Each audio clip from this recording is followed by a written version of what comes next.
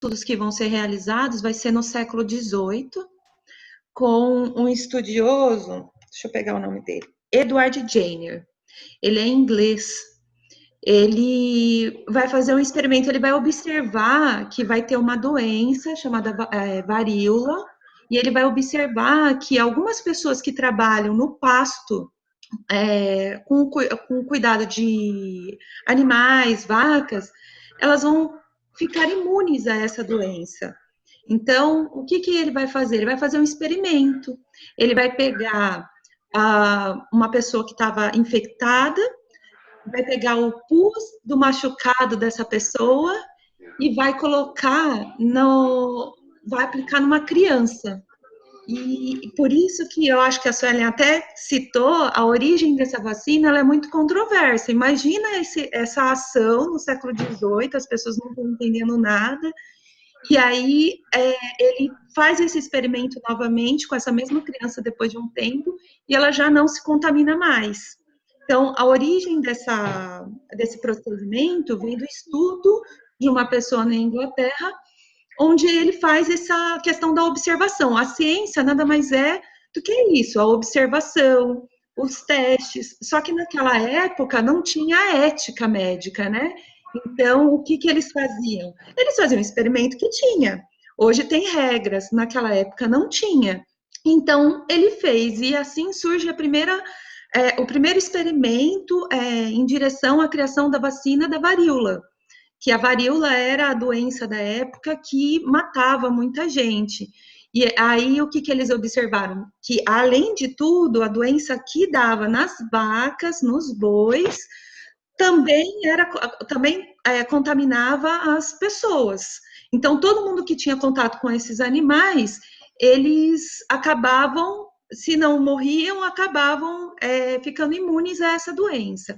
Se eu não me engano, o nome disso é um tipo de vacina ativa, onde você coloca o vírus, o professor Mário acho que vai poder falar melhor, onde você coloca o vírus menos forte, né?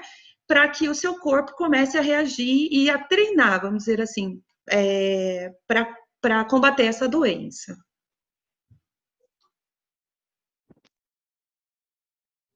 E é importante isso aí, pessoal, para quem já está fazendo as anotações, né? Lembra que a gente comentou que a história, os fatos históricos, eles são bons argumentos, né? Tanto para a gente comprovar aquilo que não devemos fazer, como aquilo que devemos fazer. Uhum. Deixa eu ver, quem mais pode ir? Mário, tudo bem aí?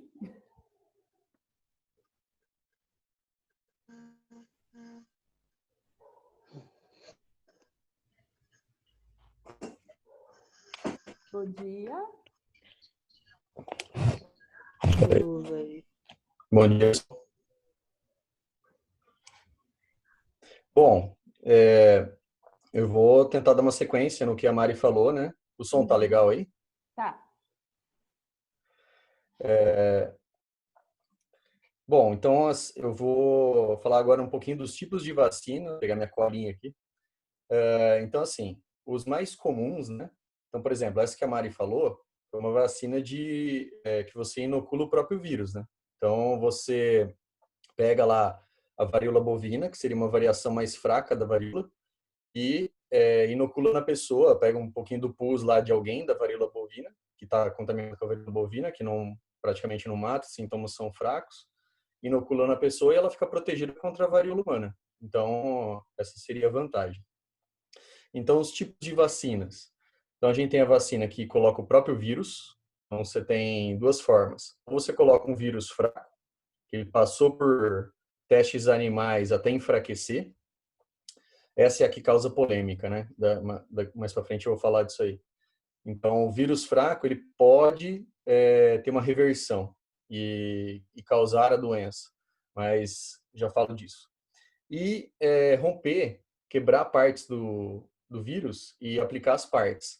Essa é muito segura, essa vacina, só que ela é mais cara, né? Então, países aí em desenvolvimento, países mais pobres, acabam escolhendo a vacina por vírus atenuado, porque ela é mais barata. Então, é o primeiro tipo, aplicar o vírus. Segundo tipo, escolher um outro vírus e colocar o material genético do vírus do seu interesse. Então, você pega só a parte externa de um vírus e coloca o material genético do vírus do seu interesse. Por exemplo, poderíamos pegar o vírus do sarampo e colocar o material genético do coronavírus dentro dele e causar uma infecção.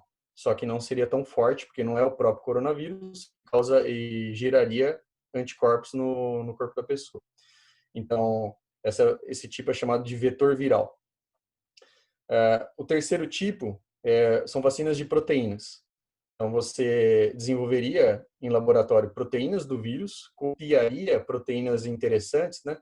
Então, por exemplo, se você tiver um vírus aqui e as proteínas de membrana dele, que ficam na capa, no capsídeo, elas são interessantes porque são elas que se ligam na célula. Então, se você pudesse copiar essas proteínas em laboratório e aplicar na pessoa, o corpo ia produzir anticorpos que iam se ligar nessas proteínas de ligação, né, com a célula, e iam neutralizar esse vírus. Então, os anticorpos neutralizam os vírus. E a vacina mais moderna que tem, que é a vacina de material genético. Essa é fantástica, porque ela não teria, no primeiro momento, reação, né? Nenhum tipo de reação na pessoa, e você aplicaria, por exemplo, o RNA, então você aplica, vamos dizer,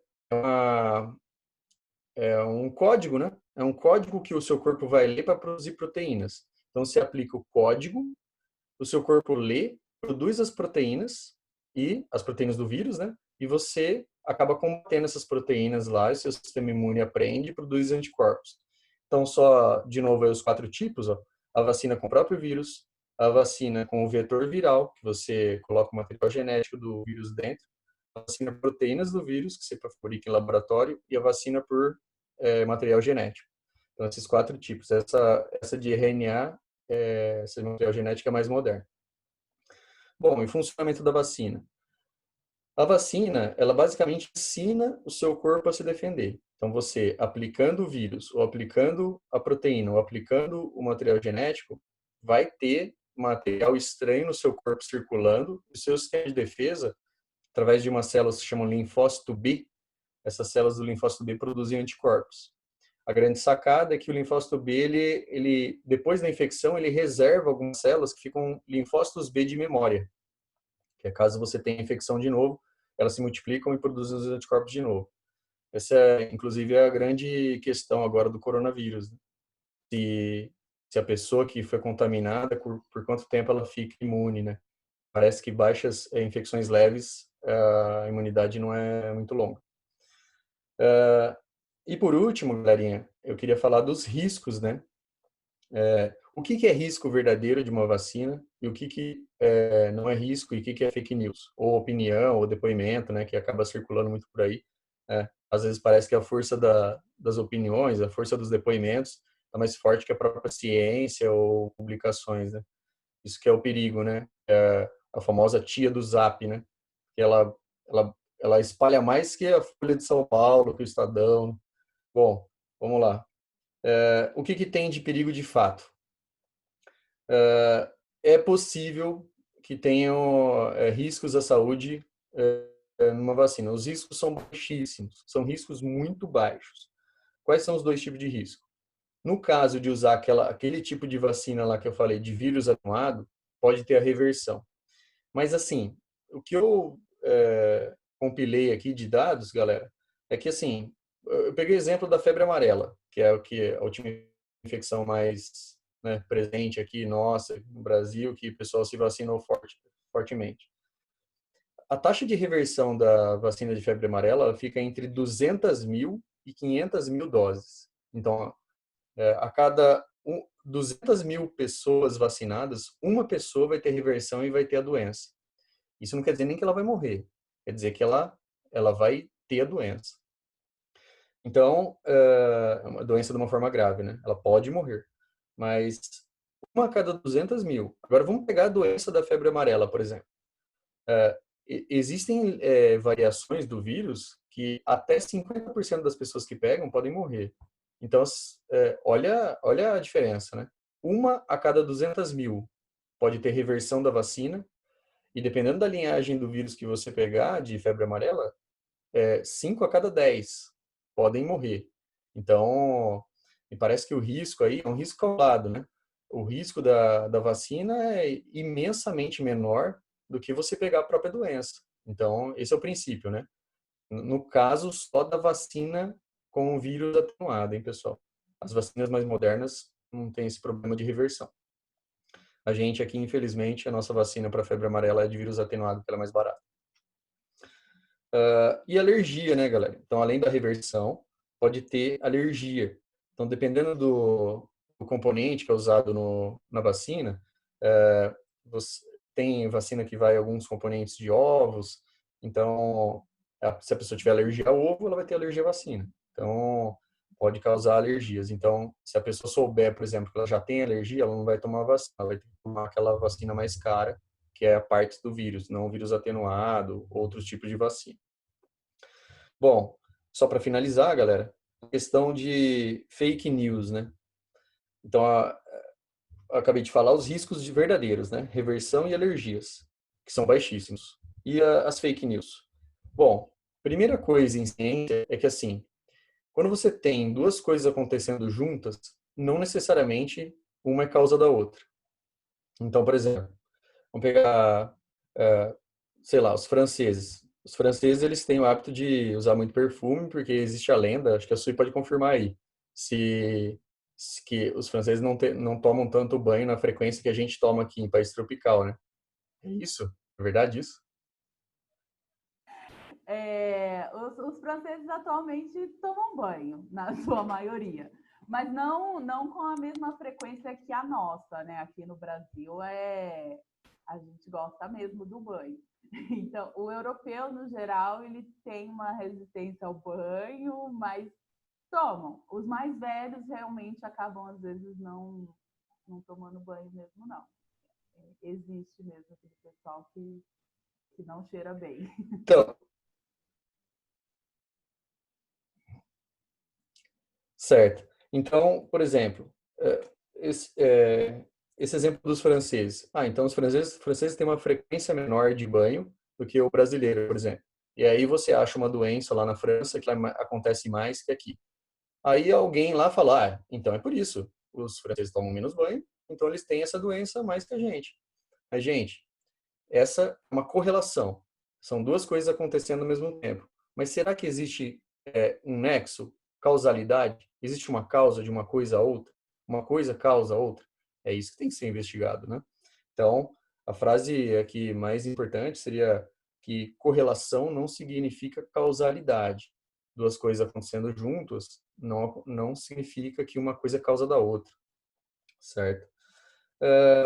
E por fim aqui, essa questão da força do depoimento, né, que surgiu muito o boato de que algumas vacinas causariam autismo sem base científica, muito possivelmente devido a isso que eu acabei de falar. Acharam estudos lá e fizeram essa correlação. Porque a partir de tal ano aplicou a vacina e começou a ter mais autismo. Mas será que não se começou a investigar mais casos de autismo? Será que não teve mais busca por diagnóstico de autismo? Fazer uma correlação dessa, ela é muito perigosa, né? Assim, sem estudar todas as outras variáveis, né? E aí a grande vantagem, né, da vacina é que, segundo a OMS e a Fiocruz, a gente teria já, desde aí do final do século XVIII, né? Então a gente já vai para 222 anos de vacina, a gente teria salvado já centenas de milhões de vidas com a vacina. Então, daí alguém pergunta, né? Mas tem gente que não toma vacina e não fica doente. Não fica doente porque a maioria está se vacinando. Como a maioria se vacina, eles fazem uma barreira imunológica, né? Então, ó, eles estão protegidos, não se contaminam e não passa a doença. Então, essa questão de quem não toma vacina e não fica doente, quem está protegendo eles é quem toma vacina, né? E só para finalizar, a questão da imunidade de rebanho, né? Por exemplo, no caso do coronavírus, não tem como a gente ter imunidade de rebanho por vacina. O que está sendo sugerido aí é deixar essas pessoas se contaminarem para cada um produzir os seus anticorpos, né? o que é um grande risco, porque dependendo do percentual aí, né, que varia, poderia causar aí centenas de milhares de mortes, né? É basicamente você deixar a galera exposta aí, né, e sem proteção nenhuma. E eu acho que é isso. E aí, com a vacina, você teria uma imunidade de rebanho, né? Se você vacinar 90, 95% da população, você cria esse cinturão de proteção. Aí todo mundo com anticorpo por pelo menos alguns anos, 10 anos, isso varia de acordo com a vacina. Eu queria Qualquer dúvida, se perguntar na... para o pessoal se vocês já escutaram alguma fake news com relação à vacina, para os alunos. Alguém já? Se sim, levanta a mãozinha aí para mim, para falar, liga o microfone. Não? Vocês ficam tudo com a câmera fechada, eu não vejo a cara de vocês, me dá um desespero. Mas é que eu acabei de acordar. Ah, alguém me respondeu. E aí, Camila, você já escutou alguma fake news com relação às vacinas? Ah, não. Não? Que bom, Acho né? que não. Alguém de vocês não acredita em vacina? Não quer tomar vacina? Acha que ela não funciona? Tem alguém assim? Eu não quero não, Dan. Você não quer, Renan? Não. Por Tem quê? problema. Ah, sei lá, não confio nesse negócio, não. Ah, não, é? É Mas mesmo. Não, você escutou o professor Mari? mal menos. Não mesmo? Mal menos. Renan, fala pra mim, qual o medo que você tem da vacina? Ah, dona. Entendeu? De, sei lá, De... pegar gripe, esses bagulheiros aí pra mim ficar ruim, você é louco? Você acha que corre o risco de você ficar doente É, com a vacina? é. Sabe que, vocês imaginem, gente, quando você fala o que é a vacina, dá um medo mesmo, né? Para quem não entende de ciência. Vai colocar o vírus dentro de você, né? E o Henrique e outros professores, eles falaram um pouco sobre isso, né, Henrique, no podcast. Ele até mandou o link aqui. E quando surgiu a vacina, né, quando ela começou a ser aplicada, a população se revoltou, ninguém queria se vacinar, não. Igual o Renan falou aí, você é louco, eu vou tomar vacina, não sei o quê. Então, você quer O que falar? aconteceu é que rolou a revolta da vacina no Rio de Janeiro em 1903, se eu não me engano. O presidente era o Rodrigues Alves, aí tinha o Oswaldo Cruz, né, que era o sanitarista ali responsável por toda essa campanha. A população não queria tomar vacina contra a varíola. Eles já estavam num trabalho muito grande de erradicar a febre amarela no Rio de Janeiro, que era muito alta, então eles conseguiram, né, diminuir bastante os casos de febre amarela, daí entrou com essa campanha da vacina. Só que a vacina era obrigatória, né? E era uma coisa meio, na época era uma coisa meio drástica, assim, que eles assim faziam meio que amarra a pessoa ir lá tomar vacina, né? Na marra. E aí o pessoal já aproveitou algumas instabilidades que tinham aqui no Brasil em relação ao governo e tudo mais e tentaram dar um golpe no Rodrigues Alves com os militares na época. E aproveitando também o contexto da população estar revoltada com a vacina. Mas o que aconteceu foi que rolou a revolta da vacina, eles revogaram naquele momento a obrigatoriedade da vacina, né? Então, tipo, caiu a lei da obrigatoriedade. Só que em 1908 começou a ter surto de varíola de novo, e aí a população começou a correr atrás da vacina porque a doença estava se espalhando. E varíola é, tipo, é um vírus muito, muito grave, assim, ele tem uma taxa de mortalidade muito alta. Então, eu acho que faz um paralelo um pouco com esse período, sabe? Tipo, a gente tá, sei lá, mais de 100 anos depois discutindo esse tipo de coisa. Mas, assim, o que vai acontecer inevitavelmente é a galera que não vai tomar vacina agora, vai chegar um momento que, mano, não tem como mais não tomar vacina, porque vai ficar todo mundo doente, entendeu? Agora não, né? Quando ela ficar pronta, for testada e tudo mais. Mas, assim, é uma coisa inevitável, tipo rolou isso há 100 anos atrás e parece que a história está querendo se repetir agora. Mas, assim, gente, É óbvio que a vacina pode ter alguns efeitos colaterais, igual o Mário falou, mas efeitos que são muito baixos, muito pequenos, de uma forma geral. E a ciência é implacável. Se você acreditar ou não, não importa. Ela vai te mostrar que, no final das contas, ela tá certa. Então, assim, infelizmente, se você não acredita, uma hora ou outra você vai precisar dela. Não tem jeito. Aliás, você sempre vai precisar dela, né? Já precisamos, né? Nós não tivemos muitas doenças que eram muito graves porque fomos vacinados na infância, né? Mário, você quer falar? Só para complementar essa questão que o Henrique falou, é muito interessante isso vamos supor, acontecem esses ciclos, né? De parte da população que fica negacionista, só que aí a doença começa a aumentar. Então, e aí a doença começa a aumentar e o pessoal fica com medo, né? É por próprio instinto de autopreservação, aí a galera começa a se vacinar. Aí a doença começa a sumir. Algumas doenças são extintas. Quando a doença aparece de novo, começa a subir, porque o pessoal está negacionista. Aí o pessoal começa a se vacinar. Parece um movimento ondulatório aí, né? De negacionismo. Isso aí parece que tem acontecido aí nos últimos anos. Só para completar, tem uma coisa que tem um pouquinho a ver com a geografia também, assim, que é a taxa de crescimento vegetativo da população, né? Então, se a gente pegar a expectativa de vida ao nascer na década de 40, quando já era o início, né, das campanhas em massa de vacinação e tudo mais, a expectativa de vida de uma pessoa era 48 anos, gente. Na média, a população vivia até 48 anos. Hoje o Brasil já está com quase 80, dependendo né, do gênero e tudo mais. Mas assim, olha o tanto que a população passou a viver mais. Óbvio que não é só por conta da vacina, mas com certeza a vacina contribuiu demais para isso. Para isso, a estrutura de saúde de uma forma geral, enfim. Principalmente a questão das crianças, né? Morte de crianças também, tá? Eu vou fazer uma pergunta para vocês irem pensando. Em 1 minuto vai acabar essa reunião, vocês entrem de novo no mesmo link. E a pergunta que eu vou fazer para quando a gente voltar é: vocês acham que a vacina deve ser obrigatória ou uma escolha? Tá? Pensem nisso.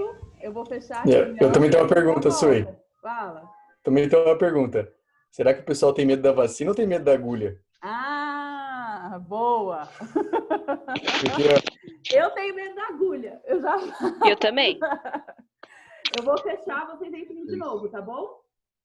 Ok. Então, tá.